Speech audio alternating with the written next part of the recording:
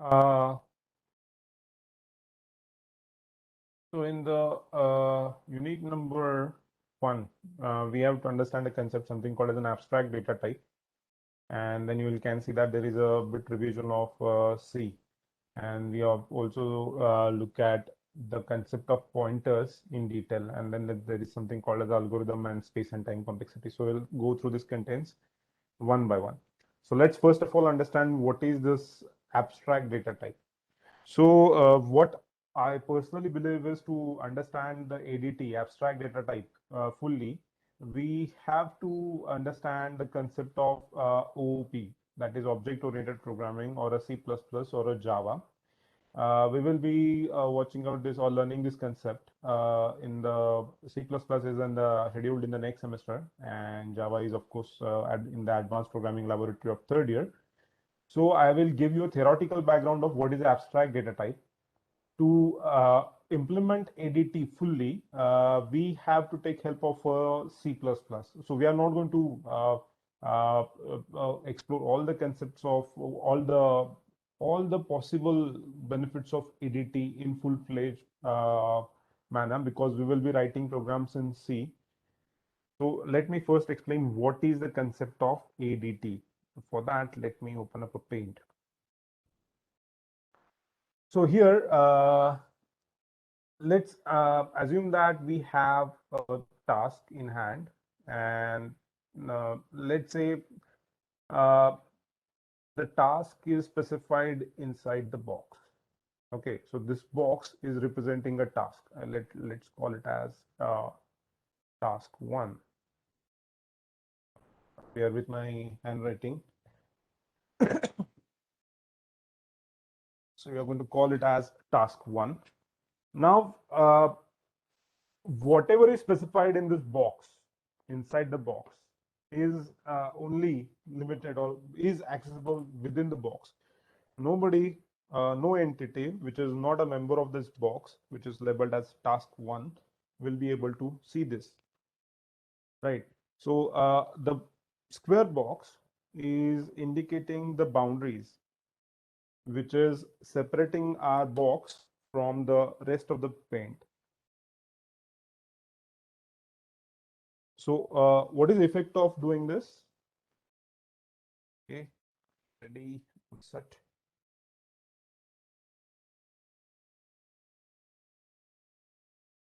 Okay.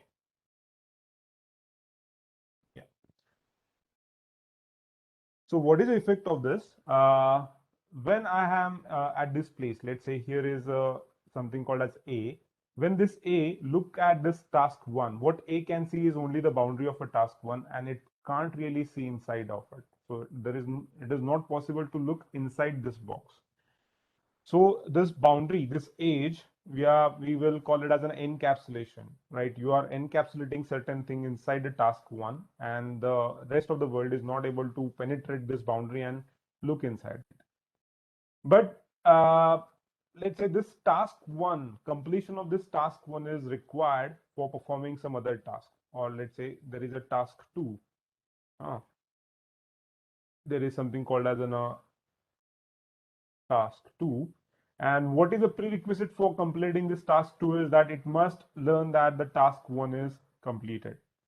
Task 1 is completed. Unless and until the task 1 is finished, unless and until this task is not finished, you cannot complete task 2.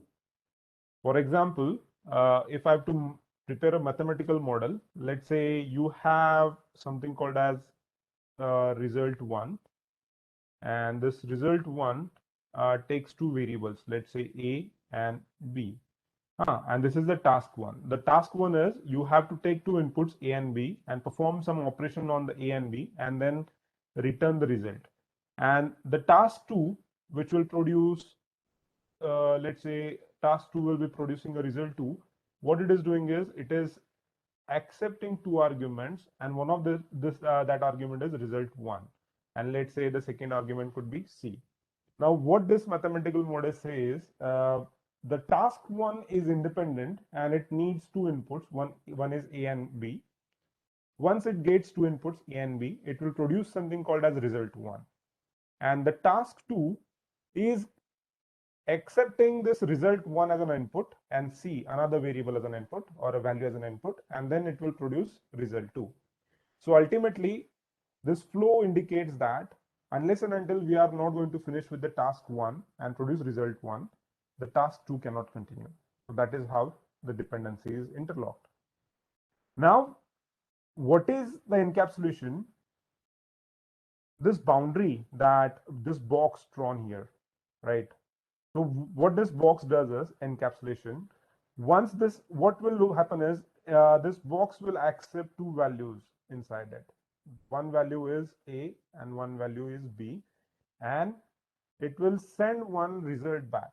So it will send one result, right? And I'll call it as a result 1. So we know that this task 1 box is accepting two values A and B and returning one value, which is result. But what is really happening inside this box is not known to me. We will call it as an abstraction. So again, I'm using a word called as abstract, right? So what is happening inside this box is totally abstracted from me, right? So I don't know how this information has been handled. What I know is it takes two values A and B and it produces some result. So that is what is known to me. So why this abstraction is possible? Because there is a hardcore boundary available, and this boundary is isolating me, which is, let's say I'm on the left side here with three values. One is two are input and one is output. So I know what this box is doing is it is accepting two values and returning me one value, but I cannot see inside the box. Why I cannot see inside the box? Because it is well hidden or well boxed or encapsulated is the actual word. Well protected, right? Second thing is this box is hiding something. What it is hiding? Let's say inside the box we have A and B are the inputs and it is producing a result.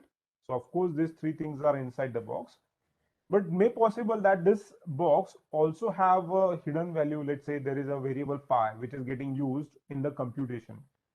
So this variable pi is getting used in the computation is known only to this box inside this box, task 1, and it is not known to the people who are passing the input or the people who are getting the output. So this pi value is inside this box, and this operation is hidden from the outside of this outside world of this task 1.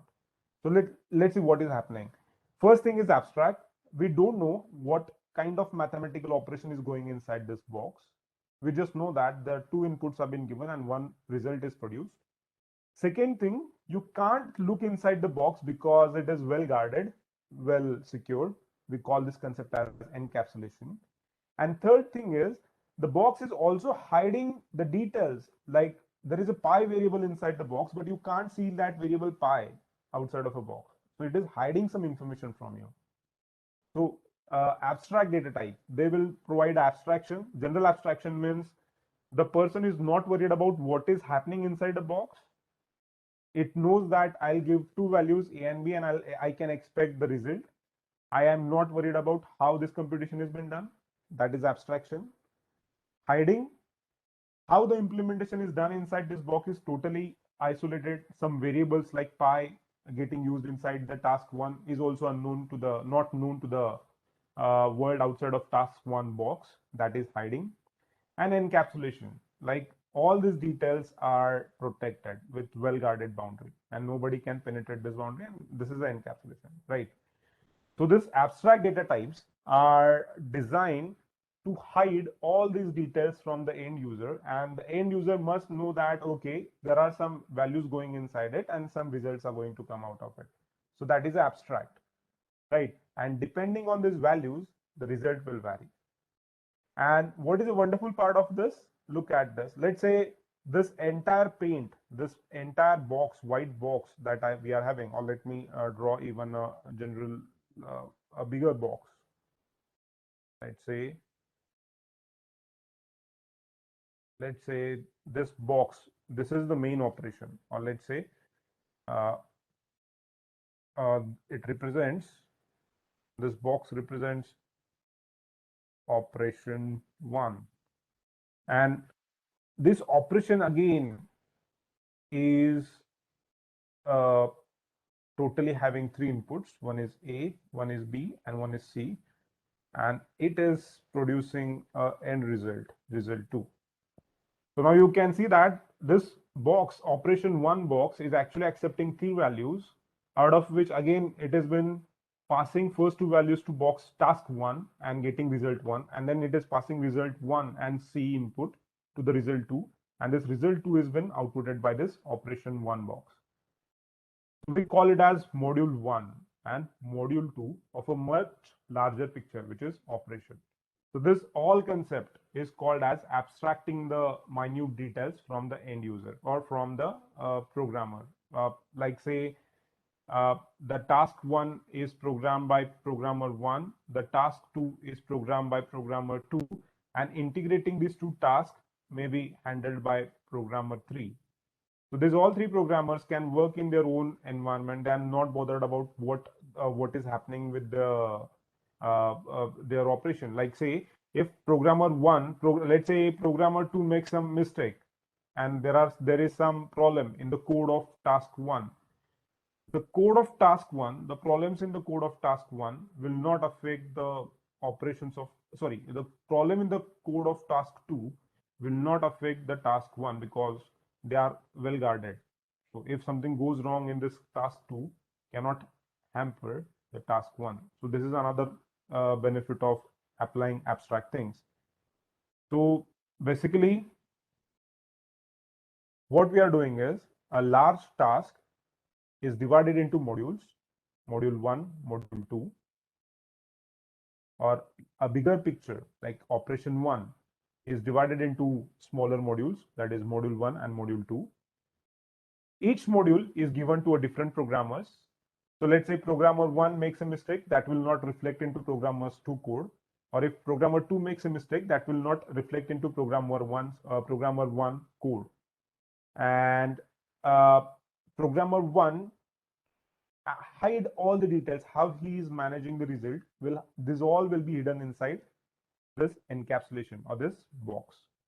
So you are providing a abstraction. So basically, these all concepts like abstraction, encapsulation, hiding, and creating a module, these all things together forms the basics of abstract data type. Abstract data type. So if I have to really give a formal definition of what is an abstract data type, I can call it as a mathematical model which is hiding all the details of what exactly it is doing, but it is telling you that this will go inside and this will come outside. The rest of the details will be hidden from the end user. So this is the general briefing of what is exactly abstract data type. So if you have any question on what is abstract data type, please unmute yourself or ask me in the chat, and I will explain, or I'll try to clear out the doubts. Okay, I have one question in the chat window from Ashish. Does inbuilt function acts as an abstract when we include header files? Okay, because we use functions without knowing how it is processing the data, feed to it, right? So first of all, let's answer the question by Ashish. But before proceeding with that, is the concept of this abstract task 1, task 2, and the bigger picture of operation, is it clear to everyone? Or shall I repeat this point and then we'll go on answering the question by Ashish? If I need to repeat, if anyone who wants me to repeat this, I'll repeat it. Quick responses, maybe your thumbs up or your response in chat window will help me. Sir, please repeat once. Okay, fine. So Ashish, you have got the point, but there is more to it. Before that, I'll again start again. I'll start with a fresh blank canvas. So let's start with some. Let me pick one job. Let me pick one job which I can utilize for performing the moduled operation, right? So let's say I have a student management system, right? So I have this system inside that I have to build or that I have to create. Now, what I'm expecting in this student management system is I need information of all the students, right? So maybe I want all the information about students, like their name, their address, uh, their class, their percentages, their marks, everything must be inside information. Then you have another module, let's say exam, which student is enrolled for which exam. Then you may have another information, let's say accounts, wherein all the details about scholarships, all the details about fees paid, pending fees, or examination fees, these all will be handled by account section. But see, the bigger picture is you are dealing with the students. So to deal with one student, you must need its personal information like name, department, class, division. Then you need his examination information, which examination he have appeared, which exam he has cleared, maybe some pending subjects, what grade the student has achieved and all. And lastly, about his uh, uh, fees and all, right? So I'll say that I'll give this information of student to be developed by this particular module of student management system will be developed by programmer 1, and he is responsible for managing students information. Then I will hire another programmer, let's say programmer 2, and I'll give him responsibility to manage all the things which are related to exam, which subject student has appeared, what is his performance, pass, fail, and all. And I hire another programmer called programmer 3, and I'll give him the job of maintaining the accounting of financials of student, right? Now, as you can see that if student's exam record needs to be maintained, first of all, you must know what is student name and all. But this student name and all, his class, this all information is not maintained by exam. Students' personal information like PRN number, his name, maybe name, and then class, and then division, and blah blah, address, phone number, you can go on adding. This all will be managed by students information system, and from this student information system, the exam system will make use of PRN number while scheduling the exam. So you can see that once the information has been fed to the information system module, the information system module may be using PRN, class, and division information to figure out which subject student must appear for the exam. Subjects. Depending on how many subjects the student is going to appear for the exam, the account section may charge exam fees. So I hope you are getting the interlinking between all three modules. So bigger picture is, the main picture here is you are managing the student information, you are managing the student's information, but the task is divided into three places. One is his personal information, his exam related information, and his account related information. Unless and until the personal information is not fed, you cannot proceed with the exam. Unless and until the exam information is not filled correctly, you cannot proceed with accounts.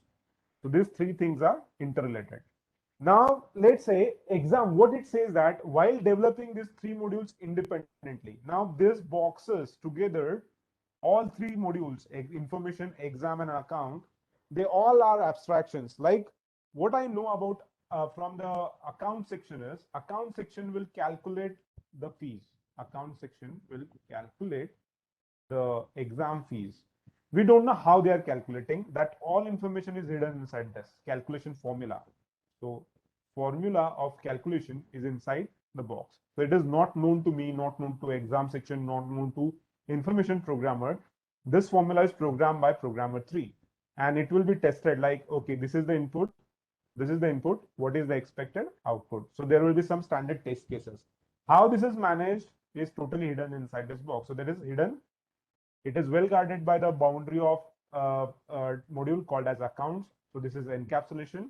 And the abstraction, I know that if I give him some number of subjects, this module will tell me what will be the fees. So this is the abstraction. I'm not worried about how this formula is implemented inside the box. The same thing lies here. The exam section programmer says that, okay, I'll get the list of subjects from the student, and how I'll decide whether this subject list is correct or not. I need three inputs: the PRN, the class, and the division. Depending on these three inputs, I'll figure out for which subject the student must appear for the exam. So here output is list of subjects. This goes as an input to the account which calculate the exam fees. And input to this is, these are the three inputs. So interlinking.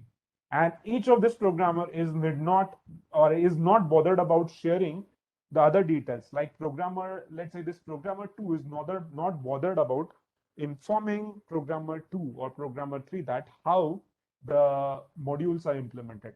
So it is well abstracted from each other.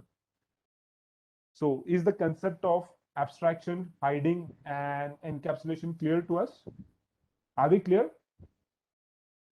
Yes, thank you. Thank you.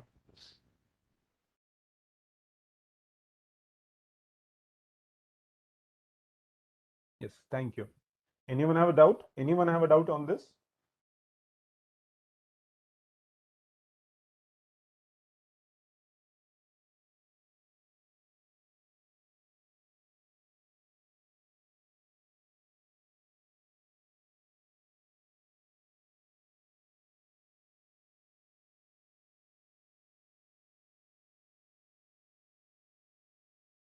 Okay. No doubt. So thank you. So let's continue. Now about the question by Ashish, or the doubt by Ashish, that does inbuilt functions act as an abstraction when we include header files? So anything which is hiding the detail of how the task is been executing, we can call it as an abstraction. But the abstraction is also having multiple multiple ways to whether to call it as an abstraction or not. For example, let me clear this. Let me open up a new paint, blank paint. So for example, let me draw a container, right? So this is a container. And what this container says is that you can put one thing at a time inside this container. One, let's say, book. Okay. And this container will start piling the books on top of each other if you're putting the books. And also, you can take only one book out of this container at a time. So we don't know how the container is storing these books, but we know that we can put one book and we can take out one book. Now, if I remove this book word from the container, and if I say that you can put something, some random thing. So what could be the random thing? A thing could be pen, a thing could be book, a thing could be computer, a thing could be a number,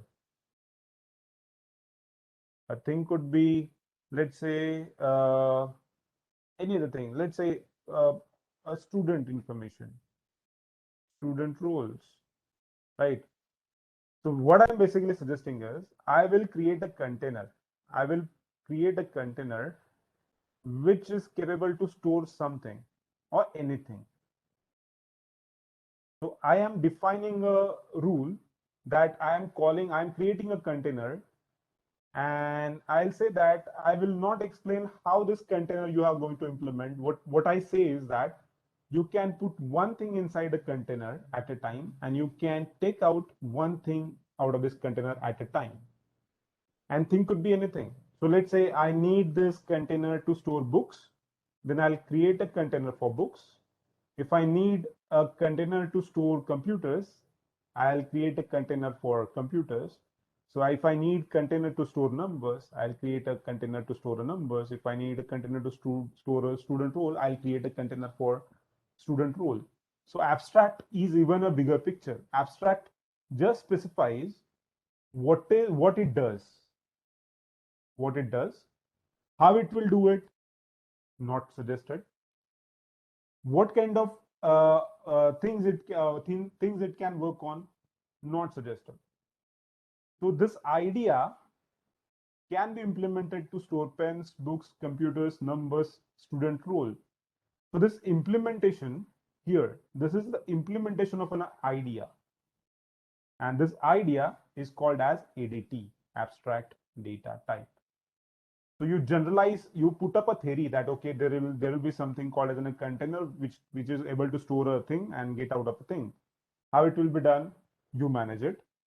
What it will store, you manage it. So let's say I like the idea that, okay, I'll create a container which can store a pen. To store a pen, I may need, or let's say I need a container to store a book, laptops, computers. So I may say that, okay, the container base, if I say that I'll store the laptops in a flat base, so like this. So I must take care that, okay, this container can store the laptops from 13 inches up to maximum of 15 inches. And the laptop can be stored on the top of each other. So see here what I'm saying is I'm putting some limit, like the container width is maximum of size 15 inches in the length.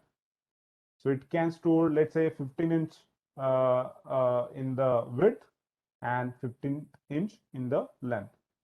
So that is the limitation of this container, that it can store only the item or computer which is in turn length of 15 inches or width of 15 inches. Now if let's say I want to store a book, then book could be again different sizes. But I'll say that, okay, I want to store a book which is at max of, let's say, 7-inch in a size and 7-inch in the length. So you start piling up the books. So this container can store the books which can be accommodated in the dimension of 7-inch in length and 7-inch in the width. If you bring a bigger book, if you want to store, let's say, a book is slightly bigger, so you can't insert this book inside the container. So again, what is the solution? Create a new container which can accommodate a bigger books. But say the idea is same. It is also storing a book. It is also storing a book. But the book it can store, there is a limitation on the height and width and length.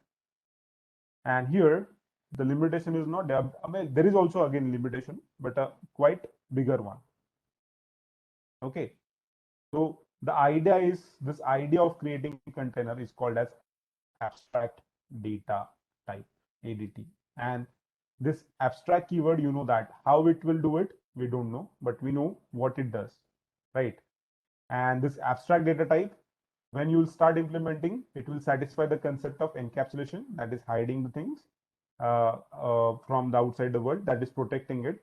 All the details are not been given. So this abstract keyword, when you start, when you try to achieve this abstraction, ultimately you're going to also achieve encapsulation and hiding. Are you with me? Musare, is the concept very clear? What is abstraction? So it is not about only built-in function.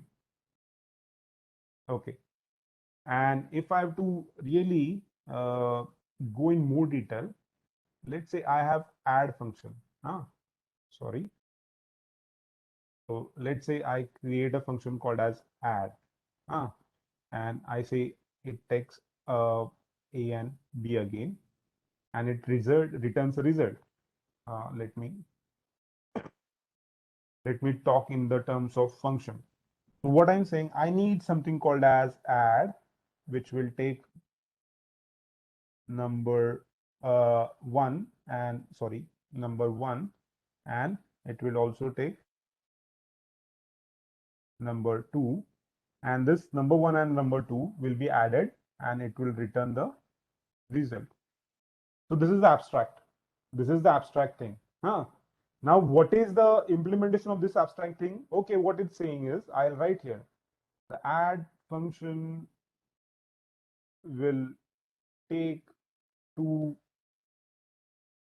numbers and result will be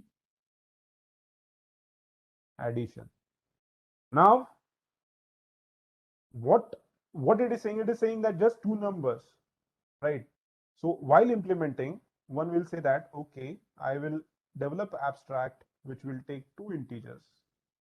Now this is the implementation, and obviously the result will be again of type int. One may say that, okay, I'll implement the abstract and my data type will be float, and my result will be again of not int, sorry, I should write here float. One may go even further and say that my result will be character, or sorry, not character, I should say my result will be string result, and I'll pass characters. And what this add function, I should write here add. Okay, so what this add function will do is it will add, concatenate these two characters and will return as a string. So now see that the idea is that you pass two things, or here I instead of number, even I should say that value 1 and value 2. And now you see that when we are writing value 1 and value 2, this value can be replaced by integers, can be replaced by float, can be replaced by character. So the idea of developing a add function is abstract, and the actual implementations are the real working functions. So now when you call this add function, you are actually calling a functionality which is developed on one abstract, based on one abstract concept. Ashish, is it clear what is the difference in a function and the idea? We are going to Yes, call sir. this idea as abstract, right? Yes, sir. Yes, sir. Yes. So the idea, the abstract is a very broad concept. You just put out some theory and you have to implement it for your problem.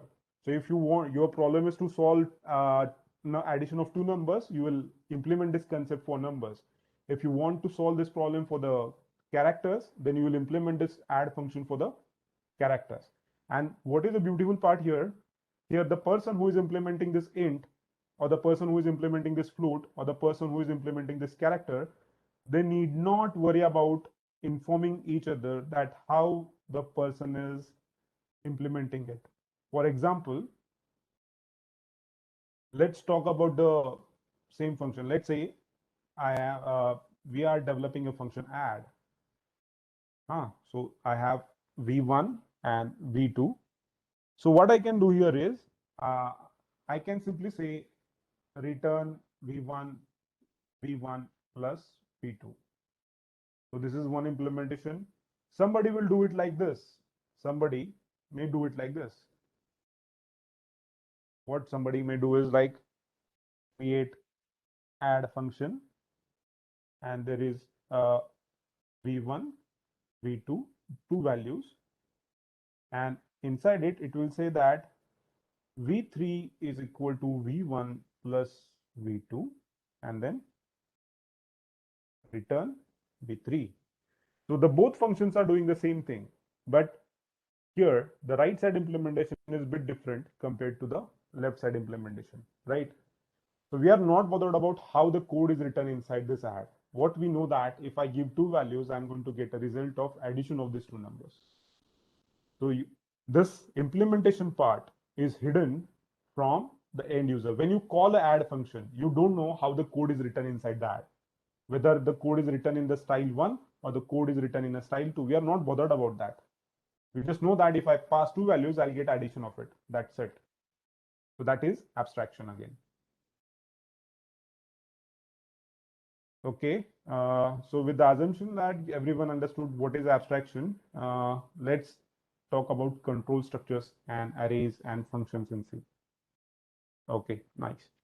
So I hope that the concept of abstract is very much clear to everyone. Okay, great. So let's immediately fall to the, let's go into the programming environment. Now, is the code visible? Can you see the code?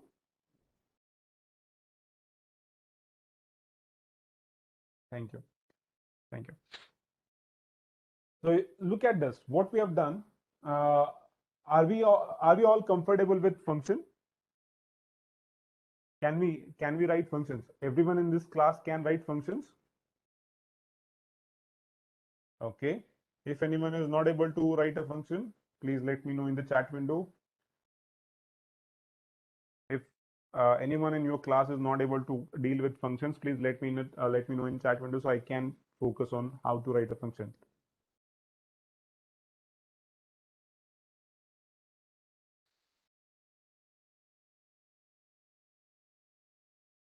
Great.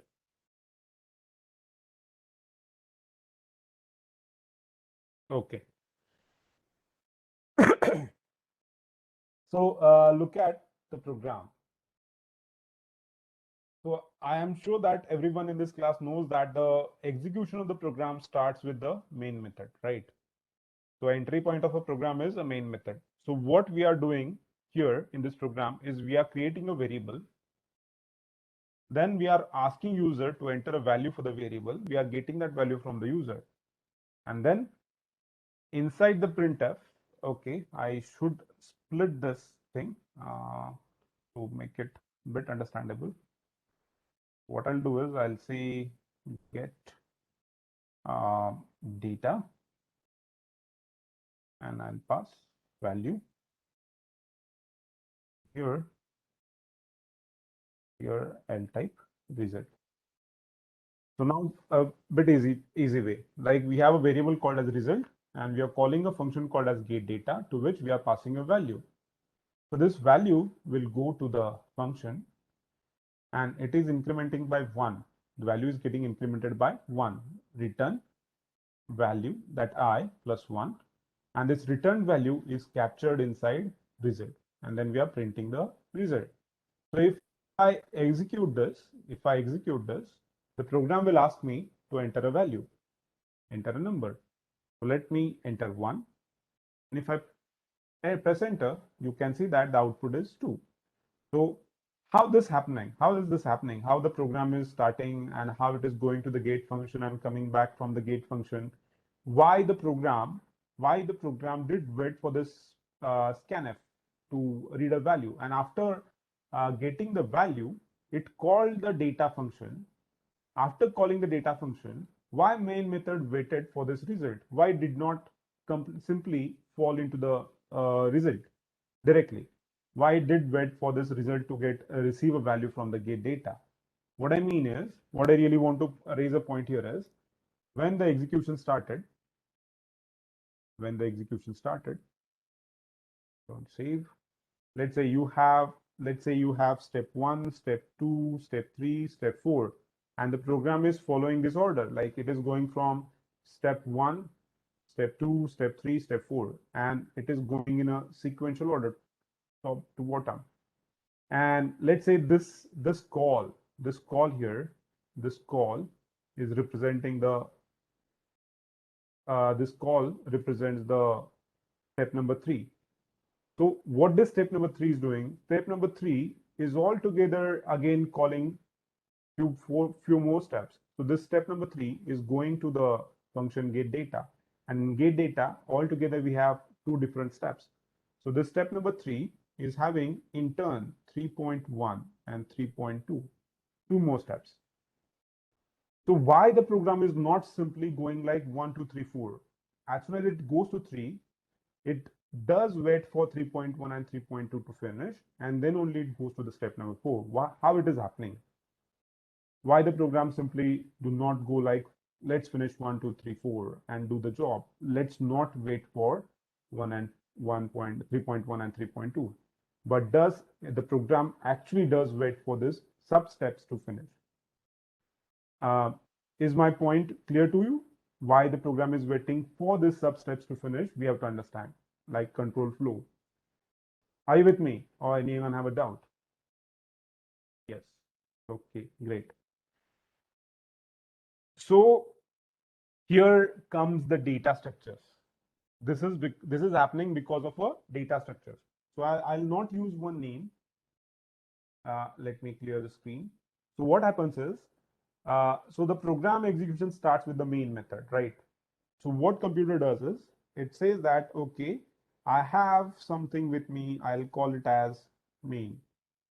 I'll say that the program execution has started and it is inside the main. Now, for executing the main, program also knows that, okay, for execution of main, I need something called as value, and I am going to call inside the main, I'm going to call something called as data, get data, right? So inside the main, you are having a value and a get data. So as soon as you call get data, what computer does is, computer says that, okay, right now in charge is main, but as main method is executing get data, the get data becomes the new in charge, right? So the get data, and there is a pointer in the computer, PTR. This pointer, let's say this is a program counter or the program pointer, P pointer, which will keep the track of the program. So the P pointer keeps the track of who is in charge in the current program. So earlier, the program pointer was telling the system that the main method is in charge. But inside the main method, you have called this get data function. As soon as you call the get data function, the program pointer PPTR says that now the get data is in charge. So as soon as get data becomes in charge, computer again creates a memory for get data. And now inside the get data, what it says that, okay, I have something called as I, and I also have something called as result. So as soon as the get data finishes, as soon as the get data function gets finished, so get data is going to get over. What is the ending point of get data? As soon as you compute this result inside the get data, there is nothing left for the get data. And how the computer knows that the get data function has finished? As soon as you hit this closing curly brace, the start of the function is opening curly bracket, the end of the function is closing curly bracket. So as soon as you compute this result, I plus I1, this closing end bracket, curly bracket has been hit, and the computer knows that the get data function has ended. So as soon as the get data function ends, the value is been passed to the main method. And now program pointer knows that, okay, now get data has finished execution. It's no longer in charge. Again, in charge is main method. So that's why when you go from step number 1, 2, 3, and 4, as soon as the state number 3, which is calling the get data function, starts, the program will execute 3.1 and other sub steps inside the third step, 3.1 and 3.2, and then only it comes back to step number 4. So this is the control structure. Like program is going from 1 to 3. As soon as there is another call or call to the function, program starts executing the function which is being called. As soon as the function which has been called is finished, program resume its original execution. This is one of the effect of program control. Are we clear? What is a program control? Shall I repeat? Yeah, okay, thank you. Now let's control. Now this is about when your program is calling other function, like main has called some other function and you are switching from main method to get data function, and you are coming back from get data function to the main function. That is fine. But what if inside the main itself, you have some control structure? Inside the main itself, you have some control structure. For example, let's modify this code. Let me delete this get data. I no longer require it.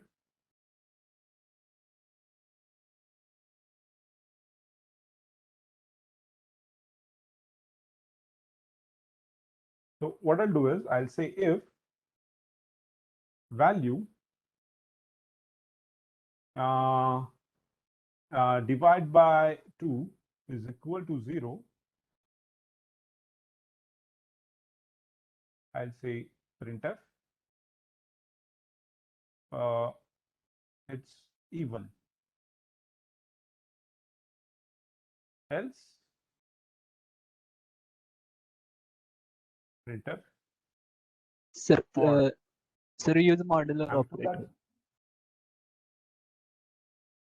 Yes, yes. Okay, sorry. Thank you. I should have. I got a division. Okay. So a remainder. Now, let me initialize this val to, let's say, 4. Now, if I run this, let me stop the program. Now we know that it's going to go inside the printf. If everything is fine, if I haven't made any typographical error, it will execute and it will go inside this if block control statement. So it is saying even, right? And if we all know that if I just say 5 and now it says odd. So this is one of the control structures, right? And I'm sure that all of you are familiar with this. Now there are other, like there is a switch statement, right? Switch statement, and what I can do is I can say that value, let's say integer result, or let's say integer index is equal to val mod 5, sorry, val mod 2, and then I can do switch on index, right?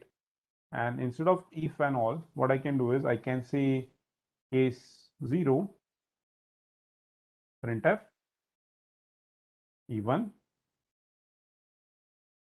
break it here, and then I can say case 1 printf odd,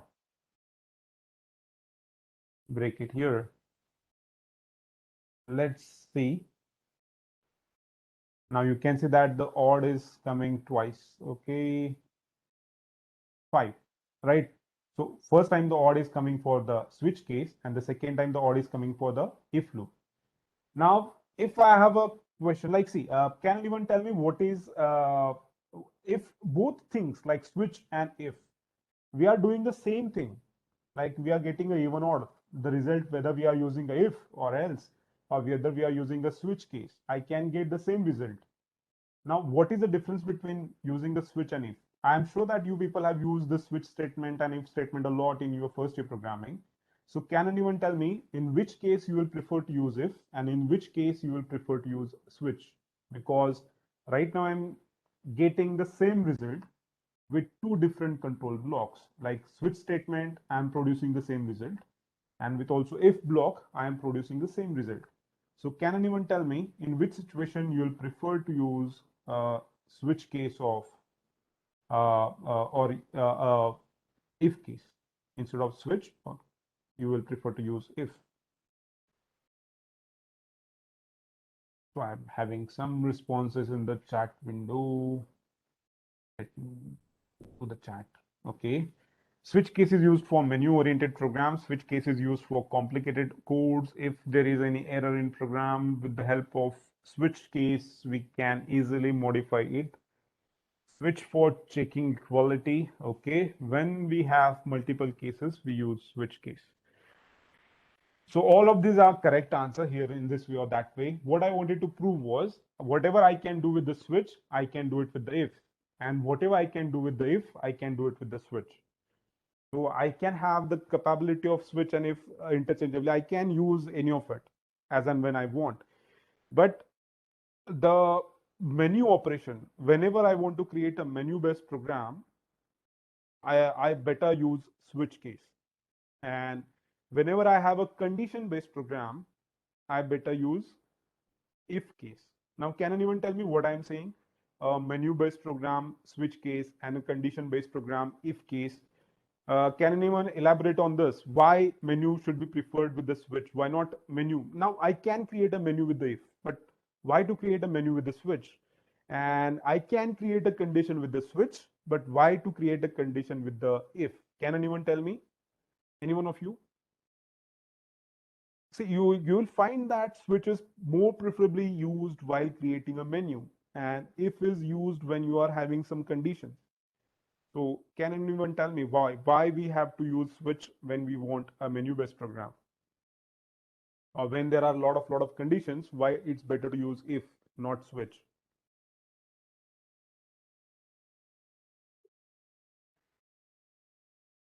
Sir, because menus are So arranged in order, and so if we get the value that we are looking for, then we don't no need to any longer run that program. So switch case can break whenever we get that value, and we can minimize the amount of time it takes for program to execute. who is this? Ashish. Ashish, thank you. Okay, can you explain it in a bit simple words? Your answer is quite correct. In switch case, due to break, the loop terminates instantly. Oh, that is the same case. See, Pranjal, your answer is also correct, but see, that is also the case with the if. If the first case get matched, it will not go to the else, right? It will not go to the else. And if the else is going to get matched, it will not go to the next else. Like I can go on continuing create a menu here, else if, and I can put a second condition. And after that, I can put a third condition, and so on and so on. So if there are, let's say this first condition gets satisfied, then this second two conditions will not execute, right? But if the second condition gets satisfied, the third condition will not execute. But if the answer is in the third condition, the first two conditions will be evaluated, and then only will go to the last case. Ashish, can you explain your answer in a better way? And there is the answer. Loop terminates. Okay, when we have multiple cases, we can use switch case. That's fine. Ashish, are you there? Yes, sir. Yes. Can you? Your answer is bit correct. Can you explain it in a better, simple way? Oh, okay, so sir, when the one problem you're talking about, the files, or they are arranged in order. So if you want to access any particular data, for example, from thousand of numbers, we want to access numbers about 100, then we can use that case in particular, or put that in top of the program where it will get executed first. Okay. So let me put it in this order. In the case right now, why I picked this odd is in the case of switch, as soon as the index become 1, the value 5 divided by mod by 2, the result will be 1. So the switch case do not evaluate the case 0. It directly jumps to the case 1 and it prints odd. So evaluation of this case 1 is skipped completely. So that is how if we know that to which menu, let's say there are 100 menus, there are 100 cases. Let's say case 2, case 3, case 4, and case n, and finally let's say we have case 100. And let's say this 100th case is what we are intended to, and here index represents 100 if index value comes to 100. So what happens is this all 99 cases are skipped and you directly jump to the 100th case.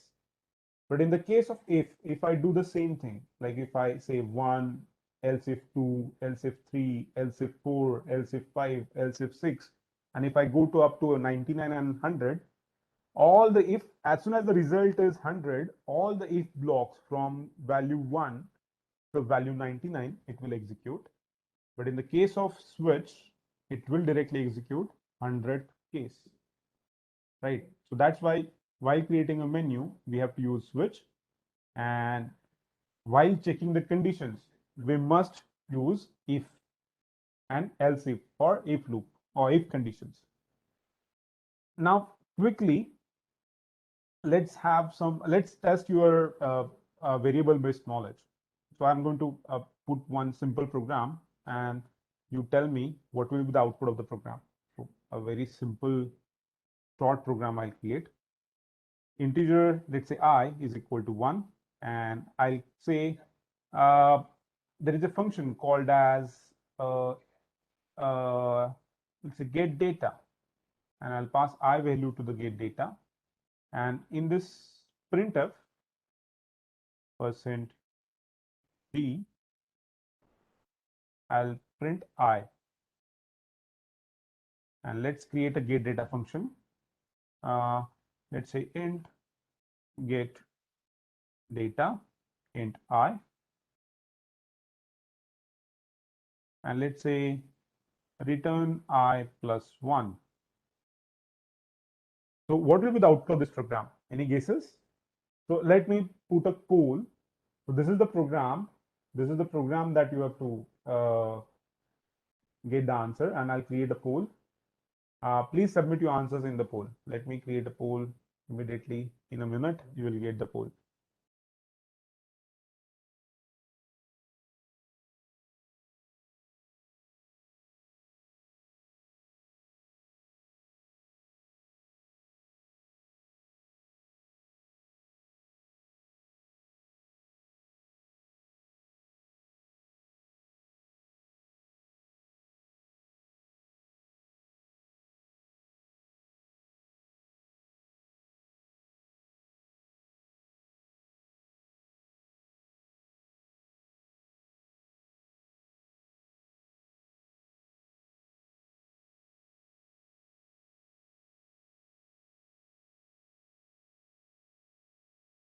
You have 3 minutes to answer this, and the poll is open.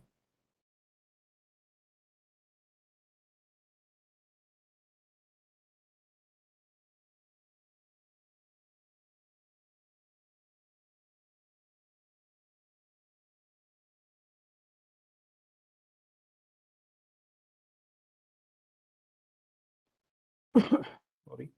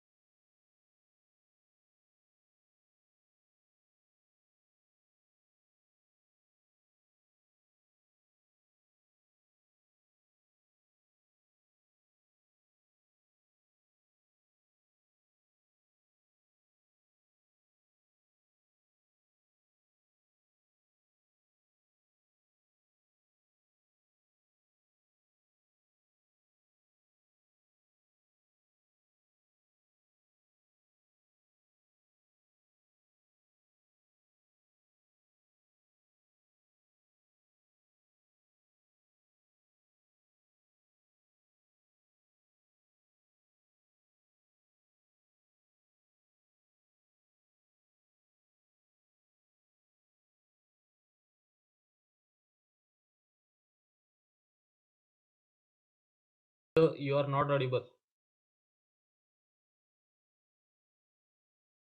So 30% of the class have given the correct answer. Sorry, 30 people in the class have given the correct answer. So I can say that 50% of the class is right, 50% of the class is wrong. So if I show you the results, poll, the correct answer is 1, right? So the correct answer is 1, which is A, and 49% of the class is right. So I can say 50% of the class. And 50% of the class do need to understand why the answer is 1, not why answer is not 2, 0, or this is dash, right? So in the next session, I have to focus on scope of a variable, right? And the scope of a variable is a concept which is related to control structures. So as soon as we flow from one control structure to the other control structure, the scope of the variables come into the play, and it do have effect on what will be the output of the variable, or what will be the output of the program, what will be the value inside a variable. That all will be decided by scope of a variable and a control structure. So in the next session, we will start with scope of a variable, and after understanding the scope of a variable, we will start with arrays, right? So see you till time. I hope today's session was informative. So try this program, short program. In the next session, we will explore more about control structure and scope of a variable. So you are permitted to exit the meeting, no problem. If you have any doubt, you are free to ask.